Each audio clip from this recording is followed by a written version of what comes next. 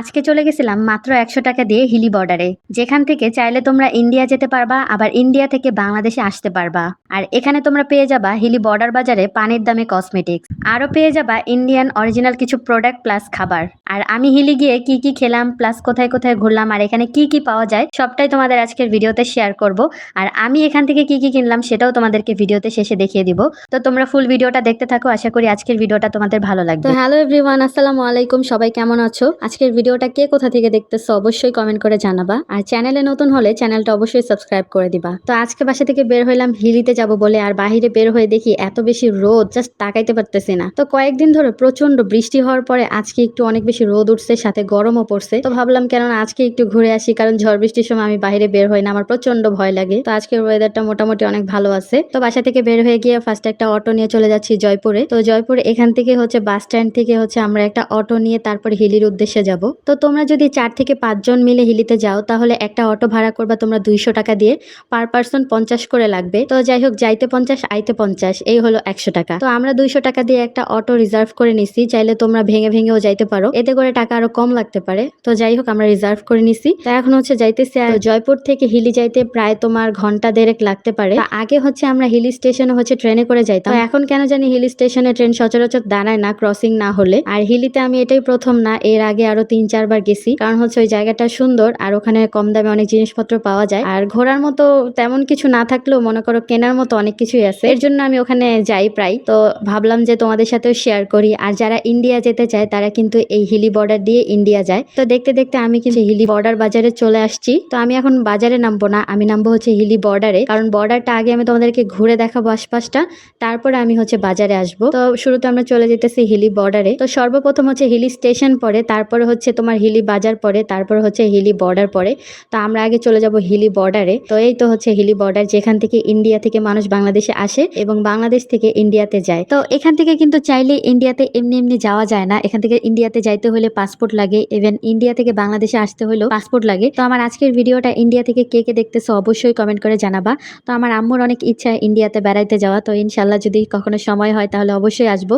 আর ইন্ডিয়াতে যাইতে কি কি লাগে এটাও তোমরা চাইলে আমাকে কমেন্ট করে জানাতে পারো। তো যাই হোক, যেহেতু আমার এখন পাসপোর্ট নাই তাই আমি চাইলেও ওই বর্ডারের ওই পারে যেতে পারবো না, কারণ এখানে লেখাই ছিল পাসপোর্ট ছাড়া নো অ্যালাউ। তাই যাই হোক, তো আমি হচ্ছে আশপাশটাই ঘুরলাম, তো টুকটাক কিছু খেলাম দিলাম। তো এরপরে হচ্ছে এখান থেকে আমি সুন্দর করে ঘুরতেছিলাম আশপাশটা। তো অনেকে বলতেছিল এদিকে যে নিরিবিলি জায়গা আছে এখানে নাকি বেশি ঘোরাফেরা করা যায় না, মানে ফোন টোন থাকলে কাইরা নাই। বেশি দূর গেলাম না, আশপাশটা একটু ঘুরলাম। তো এই জায়গাগুলো নর্মালি এরকম ফাঁকাই পড়ে থাকে, তো মানুষজন আসে এমনি ঘুরে ফিরে, ঠিক আছে। এখানে আসলে দেখার মতো কিছুই নাই, আমার কাছে মনে হয় যে এই হিলি বর্ডারে দেখার মতো আসলে কিছুই নাই। যদি আমি ইন্ডিয়াতে যেতে চাই তাইলে হ্যাঁ ঠিক আছে, আমি এখানে আসতে পারি, কিন্তু এছাড়া এখানে দেখার মতো আসলে তেমন কিছু নাই। তবে হ্যাঁ, এখানে দেখার মতো আসলে তেমন কিছুই নাই, জাস্ট বর্ডারে আসে মানুষ ছবি টবি তোলে।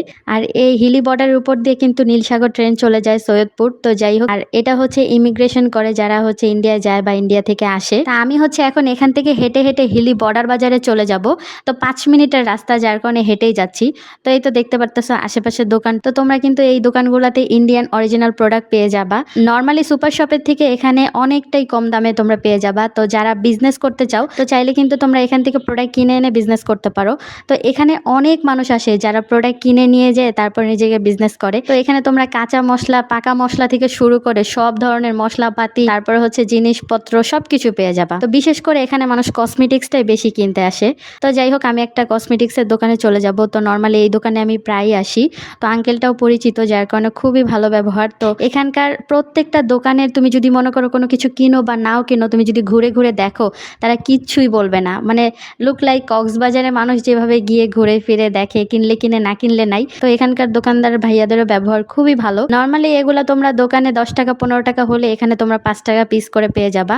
যদি পাইকারি নাও তাহলে তোমরা আরো অনেক কম দামে পেয়ে যাবা। তো এখানে অনেক কিছু পাওয়া যায়। তো আমি কোনটা থেকে কোনটা দেখাবো। তো আমি কিছু পারফিউম দেখতেছিলাম, তো আমার কাছে নর্মালি এই পারফিউমগুলো অনেক বেশি ভালো লাগে। তো এখানে দেখলাম মোটামুটি দামটা একটু কম, তো ভালো করে স্মেলটা শুনলাম যে হ্যাঁ খুব ভালো লাগতেছে। আর এখানে হচ্ছে কম্বো সেটটাও পাইতেছিলাম। তো আমি ওইখানে 2টার দামে এই 4টা পাইতেছিলাম। তো ভাবতেছিলাম যে কোনটা নেব, ছোটটা নেব নাকি বড়টা নেব। তো যাই হোক, অনেক ডিসাইড করার পরে যে নিছি কিনা সেটাও তোমাদেরকে দেখাবো। এরপর এখানে তোমরা অনেক কিছু ইন্ডিয়ান জিনিসপত্র পেয়ে যাবা, যেমন হচ্ছে আমুল, তারপর হচ্ছে বাচ্চাদের অনেক খেলনা টেলনা তোমরা এখানে পেয়ে যাবা। এরপরে এই যে কসমেটিক্স এর কানের দুলগুলো দেখতেছো, এগুলোর দামও কিন্তু খুবই কম। তো যাই হোক, আমি হচ্ছে এখান থেকে ওদের খাবারের কিছু আইটেম দেখতেছিলাম।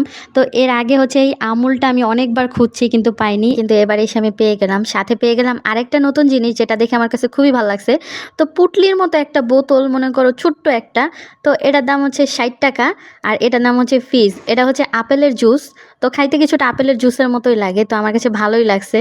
তো আগে যদি আমি খেয়ে দেখতাম তাহলে অবশ্যই আমি আরও সাথে করে কয়েকটা নিয়ে আসতাম। আর চাইলে কিন্তু এইসব ইউনিক জিনিস কিনে কিন্তু চাইলে বিজনেস করা যায়, কি বলো? তো যাই হোক, এখানে কিন্তু আরো অনেক রকমের নতুন নতুন প্রোডাক্ট দেখলাম। তো আমার এত সময় ছিল না, বাইরে আবার দেখতেছিলাম একটু ঝড় বৃষ্টি হওয়ার সম্ভাবনা, তো এর জন্য আমি তাড়াতাড়ি করে নিয়ে চলে আসছি। তবে আমার কাছে এই ফিজটা খায় এত বেশি ভালো লাগছে যে আমি যদি আগে জানতাম এটা এত মজা তাহলে আমি আরো কয়েকটা কিনে আনতাম।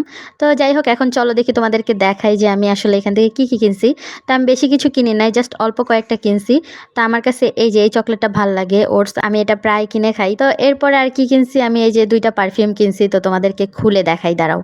এই যে যেই 2টা পারফিউম দেখছিলাম ওই 2টা পারফিউমে কিনছি। আর এটার দাম কিন্তু নর্মালি অনেক কম পড়ছে।